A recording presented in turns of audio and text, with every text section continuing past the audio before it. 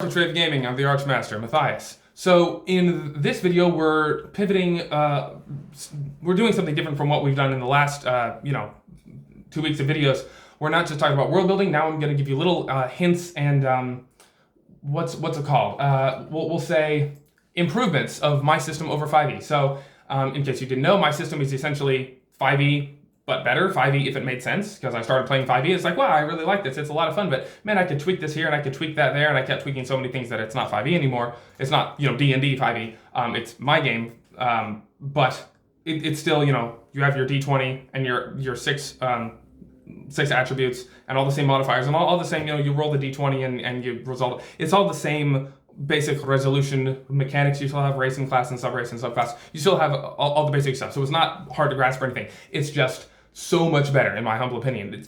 It fixes so many things. So I'm just going to give you some little insight, some little sneak peeks into it. So one thing that we fix that is one of the early foundational things that, once you fix this, the whole game is better, is HP. So at level 1 and 5e, your HP is way too low, and at level 10, level 20, your HP is way too high. It's unrealistically high. You can jump off a 60-foot cliff and land and be like, yeah, okay, I'll walk away from that.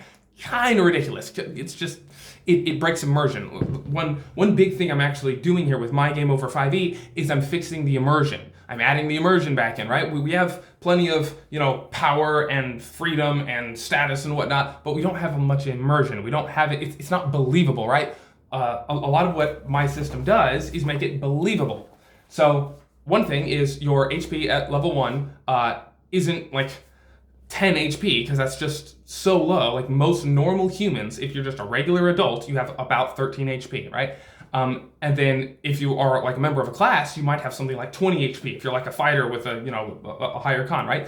But you're not gonna have much more or less than about that 20 HP when you start at level 1, right? In my system, we fix it like that. So like you actually have about 20 HP. Of course, if you're a wizard or something, it's like, 13, 15. And if you're like a super big Draken or half orc or something with a really high con, it'll be like 25, right? But it's still in that range of believable. You can get hit with a sword a few times and die, and you can fall off a cliff and die, right? But then at high levels, your HP doesn't increase much. Like, you don't get a new hit die every level. You don't add your con every level. That's not what you do. You get one extra hit die at level 5 and another extra hit die at level 10, and that's it. So we'll go into specifics now. The next thing that my game fixes over 5e is that your race actually matters. In 5e, I think it's kind of silly. It's not believable. It breaks immersion when you have your tiny little gnome or your halfling carrying big, battle axe, and he's a raging barbarian and stuff. It's just silly. Doesn't make any sense. How the heck is he wearing heavy armor? Makes absolutely no sense, right? Your racial stat bonuses are like little +1 or a +2. It's like, but I'm rolling 46 and dropping the lowest. I'm getting like a 12 from the dice themselves, and I get a +1 or +2 from my race. Race should matter at least as much as the dice, right? Like, it shouldn't just be this, oh, well, your race doesn't matter that much. It's really what you roll that matters. No. I think the race should actually really matter. So in my system, your race actually gives you HP, right? So you have your 3 racial hit dice and your 3 class hit die. Okay, at level 0, just every random peasant, they roll their 3 race dice, hit dice, and they add the con mod once, and then that's their HP as an adult. So every level 0 peasant, if you take 3d8 and add a constitution of +0, because that's the average, it's 13. If I'm doing my math correctly, right? So every random peasant has about 13 HP, right? Because they're a medium creature, they have a d8. If you're a small creature, your hit dice is a d6, right? So gnomes and smaller creatures roll a d6, so they have less health because they're smaller. It makes sense. Something like a half-orc or a dwarf would roll a d10 for their HP, right? And something like a big old Draken, which is my version of Dragonborn, they would roll a d12, right? So if you want to play a big raging barbarian, a brute in my system, then you want to pick, like your Draken and your brute, which is also, all right, we're getting to the next thing, right? So your race gives you hit dice, your 3 hit dice, and you have all of those at level 0, right? As soon as you're an adult, you have them, right? Your class also gives you 3 hit dice, but your class gives you your 3 hit dice at level 1, level 5, and level 10. And yes, it's a max 10 system. Well, not technically, but for now, it's a max 10 system. I'll explain later. So, at level 1, you have your 3 race hit dice and your 1 class hit die. At level 1, you have 4 hit dice. and your constitution modifier once, right? So if you're a human, we'll say D8 class, right? I don't want to tell you all the different classes and stuff. But if you're a human, you roll your 3d8, which I believe is 13 HP. And then you add maybe your D10, right? If you're a fighter or something. So you have an extra 5 HP, right? So you have like 18 HP, a level 1, 18 HP. And then you have a constitution modifier that might go up to 20, right? So that's your level 1.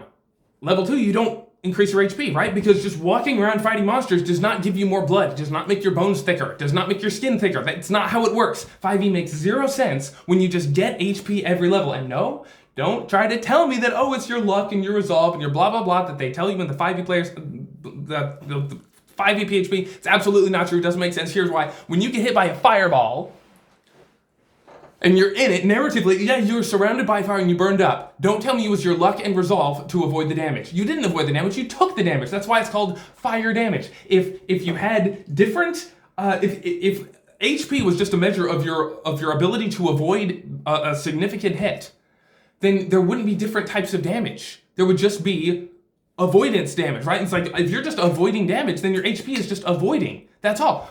If someone is resistant to fire damage, does that mean they're just super lucky or super good at avoiding fire damage? No, it means fire damage doesn't hurt them as much when it hurts them, right? HP is clearly talking about actual physical damage. Anyone who tries to tell you that, oh no, it's just their ability to avoid it and it's their resolve and it's their luck, absolutely wrong. They haven't actually thought about it if they tell you that. So anyway, your 3 hit dice at level 0, then your 1 class hit die at level 1. That's your stuff at level 1. Then at level 5 you get another hit die, and at level 10 you get a 6th hit die, right? So you start out with 4 and you end up with 6. That's not much of an increase, right? And it's not even doubling because you added your constitution modifier at level 1 and you don't add it again later. So like you're getting a less than 50% increase on average, right? That's how it ought to be, right? So if you have 18 HP at level 1 and you have 28 HP at level 10, that's a significant increase. That's cool. But you still only have 28 HP. You're not some demigod throwing yourself off cliffs and not caring, right? You don't just like, oh yeah, I'll take 60 damage and oh well. It's like, no. When a dragon uses his 60 damage breath attack, that is deadly at level 1, 2, 3, 4, 5, 6, 7, 8, 9, and 10. Dragons are always scary, giants are always scary, owlbears are always scary. Remember, you're just a human. And there are people who can say, oh, but we're supposed to be heroes and superheroes. Like, yeah, heroes, but not superheroes. Do you know what makes a hero a hero? It's the fact that they're risking something. It's the fact that it's dangerous. You're not a hero if you're invincible. That's not heroism. You don't talk about someone being a hero because he went and did something easy and safe. You're a hero when you run into the burning building to save someone. You're a hero when you do something hard, when you do something risky that could kill you. You're a true hero when you give your life. So anyway, don't tell me, oh, it's heroic fantasy, I'm supposed to be strong. No. Heroic fantasy is when you're weak. Heroic fantasy is when you are weaker than your opponents. That's what makes you a hero, because you're fighting your opponents anyway. That's heroic fantasy. Don't let people tell you that true heroic fantasy is when you have, 70 HP and 20 AC. That's not heroism. That's being a baby. That's being a wimp. That's wanting all this protection and safety. Safety is not part of adventure. Safety is not part of adventure. If you want adventure, you do not want safety. Don't let people tell you that these are somehow the same. Anyway. Man, that went from telling you about my game system to ranting about philosophy. That's probably what we're going to get into more of moving forward. Because I've told you a few principles about my world building, and I will tell you more when you actually, leave comments and stuff and say, hey, here's my world. I want to add, some of these world building ideas to it. Then I will go more and more into it. But I don't want to just sit here and read out a menu of stuff anymore. I did that for a while. I think that's good. What I want to do now is more philosophy, actually telling you how to play, how to run, how to GM, how to be a player, and why these things matter. What exactly is adventure? I just want to go off on it now, right? So yeah, that's the next stuff we're working on. So anyway, we're just going to stop it there. Thank you for watching. Feed the algorithm, and God bless.